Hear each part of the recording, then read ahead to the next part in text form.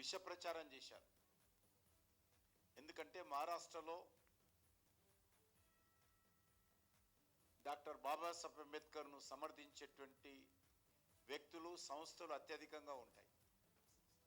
ఊరూరా డాక్టర్ బాబాసాహెబ్ అంబేద్కర్ పేరు మీద పెద్ద ఎత్తున కులాలకు అతీతంగా ఒరిజినల్ శివసేన కాదు, బాలాసాహెబ్ ఠాక్రే శివసేన ఏక్నాథ్ షిండే నేతృత్వంలోకి వెళ్ళింది.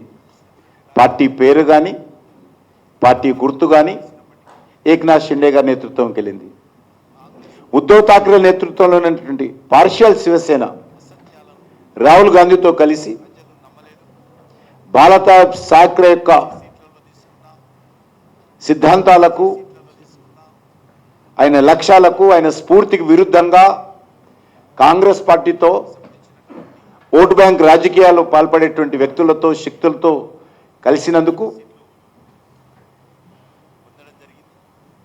మహారాష్ట్ర ప్రజలు, ముఖ్యంగా బాలాసాహెబ్ ఠాక్రే శివసేన అధినేత బాలాసాహెబ్ ఠాక్రే పట్ల విశ్వాసం ఉండేటువంటి ఓటర్లందరూ కూడా మూకుమ్మడిగా నరేంద్ర మోడీ గారి నేతృత్వంలోని ఎన్డీఏ పార్టీలకు మద్దతు ఇచ్చారు. ఇది చాలా మార్పు, స్పష్టమైనటువంటి మార్పు మహారాష్ట్రలో కనిపించింది.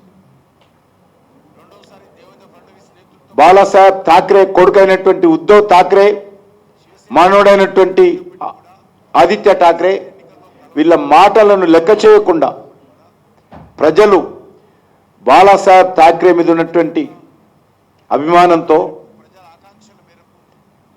ఆయన ఆలోచన విధానంతో, ఆయన స్ఫూర్తితో కొడుకును కూడా లెక్క చేయకుండా శివసేనకు, వాళ్ళతో కలిసినటువంటి పార్టీలకు సరిగ్గా బుద్ధి చెప్పడం జరిగింది. ఈరోజు ఆ వచ్చిన కొన్ని సీట్లు, ఉద్ధవ్ ఠాక్రేకి వచ్చినటువంటి కొన్ని సీట్లు కూడా శివసేన ఓట్లు కాదది, శివసేన వ్యతిరేక ఓట్లతో ఆ సీట్లు వచ్చాయి. కూడా నిజమైనటువంటి శివసేన టోటల్గా నరేంద్ర మోడీ గారి నేతృత్వంలో ఎన్డీఏ పక్కన చేరింది. ప్రజలు చాలా చైతన్యవంతులైన విషయం మరొకసారి మహారాష్ట్ర ఎన్నికల్లో స్పష్టమైంది. శివసేన పెట్టింది ఎందుకు, శివసేన ఏ లక్ష్యాల కోసం పెట్టారు, ఆయన కొడుకు పార్టీని ఎవరి చేతిలో పెట్టాడు, దానికి వ్యతిరేకంగా ప్రజలు ఏ రకంగానైతే శివసేన ఎమ్మెల్యేలు ఉద్ధవ్ ఠాక్రే మీద తిరుగుబాటు చేశారో, మహారాష్ట్ర ప్రజలు కూడా ఉద్ధవ్ ఠాక్రే మీద తిరుగుబాటు చేసి బాలాసాహెబ్ ఠాక్రే యొక్క ఆలోచన విధానంతో నరేంద్ర మోడీ గారి నాయకత్వానికి అండగా నిలబడడం అనేటువంటిది ఎన్నికల్లో మరొక ప్రత్యేకతని సందర్భంగా మనం చేస్తాం. మహారాష్ట్ర ప్రజలు వారసత్వం చూడలే, మహారాష్ట్ర ప్రజలు బాలాసాహెబ్ యొక్క ఆలోచన విధానాన్ని చూశారు, ఆ యొక్క పార్టీ యొక్క సిద్ధాంతాన్ని చూశారు, బాలాసాహెబ్ ఠాక్రే యొక్క స్ఫూర్తిని చూశారనే విషయాన్ని ఈ సందర్భంగా మనం చేస్తా ఉన్నాం.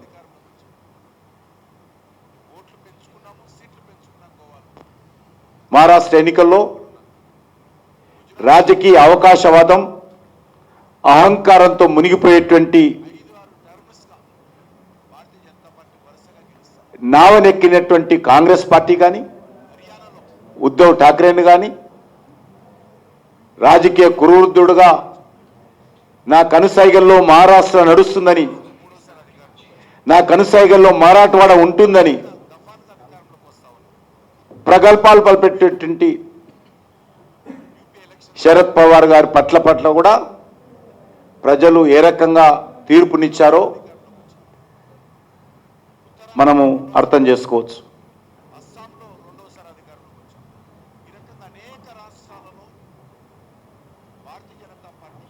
102 సీట్లలో పోటీ చేసినటువంటి కాంగ్రెస్ పార్టీ ఇంకా సీట్ వస్తా ఉన్నది, తగ్గుతా ఉన్నది. ఇంకా 18 సీట్లు 20 సీట్లకు చేరుకున్నది.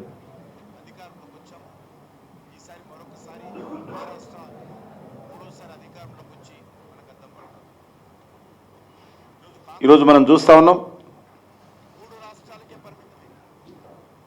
దేశంలో ఇటీవల జరిగినటువంటి హర్యానా జమ్మూ కాశ్మీర్ ఎలక్షన్ చూసాం. జమ్మూ కాశ్మీర్లో అత్యధికమైనటువంటి ఓట్లతో, గతంలో ఎన్నడూ లేనటువంటి సీట్లతో జమ్మూ కాశ్మీర్ యొక్క ప్రజలు మద్దతు కూడగట్టుకున్నాం. హర్యానాలో ఎవరు ఊహించని విధంగా అత్యధికమైనటువంటి సీట్లతో హర్యానాలో భారతీయ జనతా పార్టీ ప్రభుత్వం వచ్చింది. ఈరోజు వచ్చినటువంటి ఫలితాలు చూసినట్లయితే ఒక ప్రత్యేకమైనటువంటి పరిస్థితుల్లో జార్ఖండ్లో మేము అనుకున్నటువంటి లక్ష్యాలు నిలబెట్టకపోయినా మా పాత్ర మేము పోషించాము. గతంలో సీట్లు కానీ ఓట్లు కానీ మాకు అంతే వచ్చాయి.